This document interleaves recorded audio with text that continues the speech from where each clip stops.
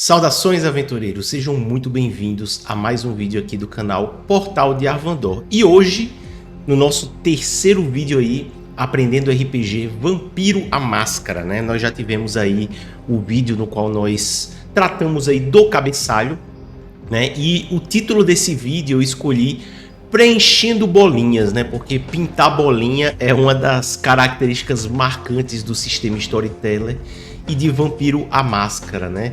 Então, em tese, eu já deveria, já que eu já falei do cabeçalho, que a gente está vendo aqui nessa parte de cima, né? Eu já poderia entrar em atributos e habilidades, mas eu achei, né, por bem aí na minha didática, a gente falar um pouquinho sobre pintar bolinhas, né? Vocês vão entender em breve o que significa pintar bolinhas, certo? Mas antes da gente começar, de a gente adentrar o assunto principal, eu peço mais uma vez que vocês deixem o like no vídeo, compartilhe para que mais pessoas possam conhecer o nosso trabalho e caso você não seja inscrito, inscreva-se no canal, certo? Então tá, eu já comecei aqui com a ficha aberta aí diante de vocês, né? E aí uma das características principais aí do sistema Storyteller é justamente essa questão de você preencher, de você pintar essas bolinhas que você tá vendo aqui, né?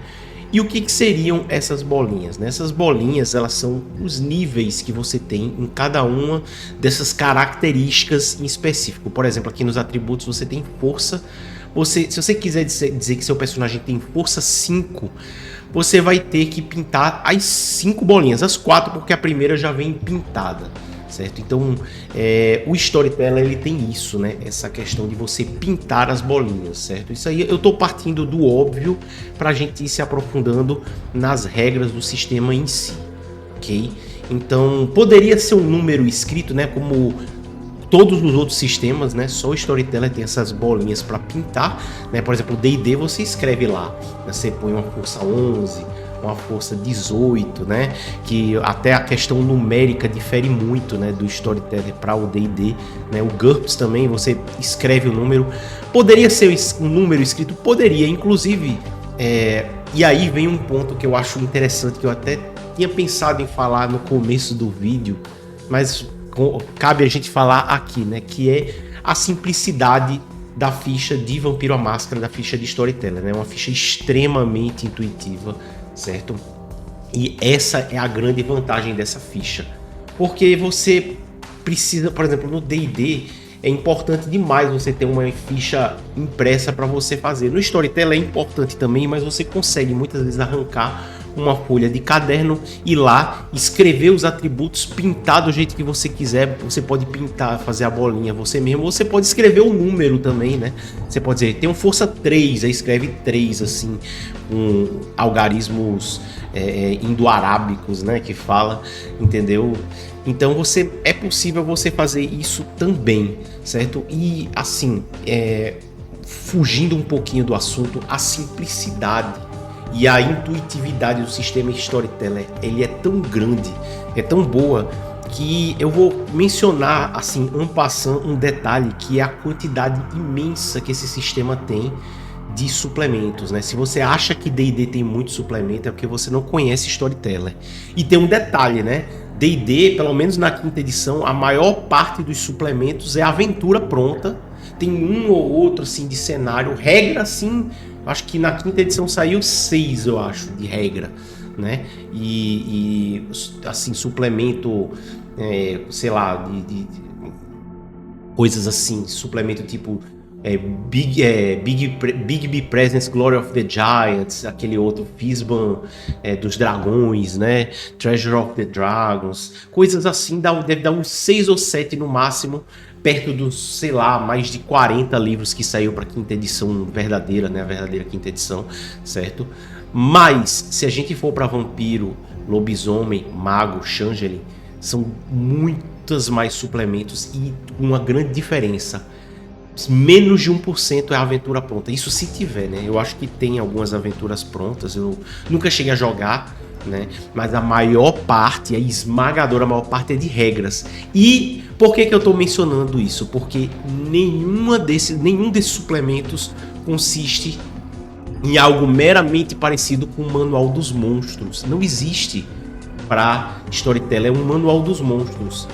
E o sistema, ele é tão bem feito, ele é tão intuitivo, e você consegue, o mestre, na hora, bolar o inimigo que o jogador vai enfrentar, assim, na cabeça dele, e funciona totalmente funcional, com poderes, soltando magia, arregaçando, e simplesmente seguindo o que ele conhece das regras, né? Extremamente intuitivo. Então, esse sistema de pintar bolinhas é muito funcional, E como vocês podem ver aí na ficha, ele varia de 0 a 5, na verdade, né? Nos atributos, você já ganha o primeiro nível, então é impossível você ter força 0, por exemplo, né? Mas, por exemplo, nas habilidades, você vai variar de 0 a 5. Existem outros mais para baixo, como, por exemplo, humanidade, força de vontade, que vai variar até 10, né? O Blood Pool, né, o negócio de sangue, ele não faz parte dessa leva, né? Ele não é uma coisa que é por níveis, né? Ele é mais uma coisa que você acumula. Mas todo o resto é por nível. Você tem atributos, habilidades, antecedentes, alguns poderes, por exemplo, no vampiro, as disciplinas, eles também têm questão de nível variando de 1 a 5, né? Porque se você tem 0 é porque você não tem aquela disciplina, né? Mas no lobisomem, por exemplo, ele tem os dons, ele já não entra nessa questão. Mas, por exemplo, o mago tem as disciplinas, vai variar de 1 a 5 ou de 0 a 5. Sempre é nesse sentido, certo? E daí, para você entender como é que funciona mais ou menos assim. Se você tem 0 em uma característica, significa que você é literalmente zerado naquilo. Por exemplo, aqui tem drive, que é condução, é saber dirigir. Se a sua condução for 0, se você não tiver nenhum pontinho, você não sabe nem virar a chave e ligar o carro, em tese, certo? Talvez até saiba, né? Porque afinal de contas ligar o carro é só virar a chave mesmo. Mas se tiver em marcha ou fora de marcha, aí tu já vai se embananar, porque tu não sabe nem como é que funciona a questão da marcha, né? Performance, que é a atuação. Se você for 0, você é realmente zerado naquele assunto. Você não sabe nada, absolutamente nada daquilo. A partir do momento em que você tem o primeiro ponto naquela questão, você já sabe alguma coisinha, mínima que seja. Por exemplo, no exemplo da gente de direção, quando você pega o primeiro ponto, significa que você já sabe ligar o carro, engatar a marcha e andar com ele, guiar ele para onde quer que você vá, né? E aí nos níveis subsequentes a sua habilidade ela vai ficando melhor. Por exemplo, força, né? Força eu acho que é o atributo assim que a gente pode falar com mais facilidade. Ninguém vai ter força 0, né? Porque força 0 você tá acamado, você não consegue nem se levantar para andar, né? Mas com força 1 você é considerado um cara bem fraquinho. Vamos dizer que uma criança de 10 anos de idade tem força 1. Uma mulher assim, bem magrinha, delicada, ela vai ter força 1, entendeu? E aí, uma suposição aqui, que eu tô com a informação na cabeça, mas vamos dizer assim que uma pessoa com força 1, ela consegue levantar, sei lá, 50 quilos, né? Ou ela consegue empurrar uma porta de 50 quilos, uma coisa assim. Isso aqui é um dado que eu tô usando aqui de exemplo, para você entender como é que funciona essa relação de níveis. Eu vou trazer de uma forma bem tranquila para você ver como esse sistema ele é intuitivo. Eu tinha falado que no nível 0 você é zerado naquela característica em específico. No nível 1 você é considerado uma pessoa fraca naquela característica. Você sabe o suficiente para executar aquela questão, vamos dizer assim, direção. Você sabe o suficiente para ligar o carro e sair. Mas você não é um cara habilidoso na direção. No nível 2, considerado mediano, você é um cara que não é, vamos dizer assim, na direção. Você não é um cara que vai atrapalhar o trânsito, um cara atrapalhado, um cara ruim de direção. Mas você também não é bom, você é mediano, né? No nível 3 já é considerado acima da média. Você é um cara bom naquilo, né? Você já é um cara bom, você desenrola, você consegue fazer manobras até, né? Você é bom. No nível 4 você já é um especialista. Essa parte de especialista eu vou abordar mais pra frente quando a gente for falar de atributos e habilidades especificamente. Mas você é um cara mais do que bom, você é um especialista. E no nível 5 é considerado um cara excepcional. Você provavelmente é um dos melhores do mundo naquilo ali em que você está se propondo. Se você tem direção 5, você já é um Ayrton Senna, um Nelson Piquet, etc e tal, né? Mesma coisa armas, por exemplo, armas de fogo aqui. No nível 0, você só consegue pegar na arma, não consegue fazer mais nada. É capaz até de você atirar em si mesmo por acidente, porque você não sabe nada. No nível 1, você já tem um conceito básico ali de como mirar, puxar o gatilho, atirar, né? Talvez engatilhar ali, etc e tal. No nível 2, você é um cara mediano. Você acerta o alvo, você tem uma noção muito boa de mira, você consegue acertar, você é mediano. No nível 3, você é acima da média, você é um cara excelente, é um cara muito bom. No nível 4, você já é um especialista naquilo, certo? Eu acho que a única exceção a essa regra seria a força, porque na força eu consideraria o seguinte: uma mulher mediana é força 2 e uma mulher acima da média é força 3. Porém, um homem mediano eu consideraria que é força 3 e acima da média força 4. É a única coisa que eu considero exceção à regra aqui, certo? Todo o resto entra dentro dessa regra aí de que no 5 você é o melhor do mundo naquilo ali, certo? E daí, aí você calma, aí você que entende de storytelling vai dizer, não, mas veja bem, vai até o nível 10, sim.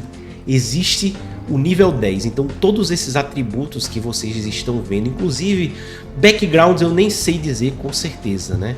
Mas, por exemplo, disciplinas também consegue ir até o nível 10, certo? Todos eles vão até o nível 10.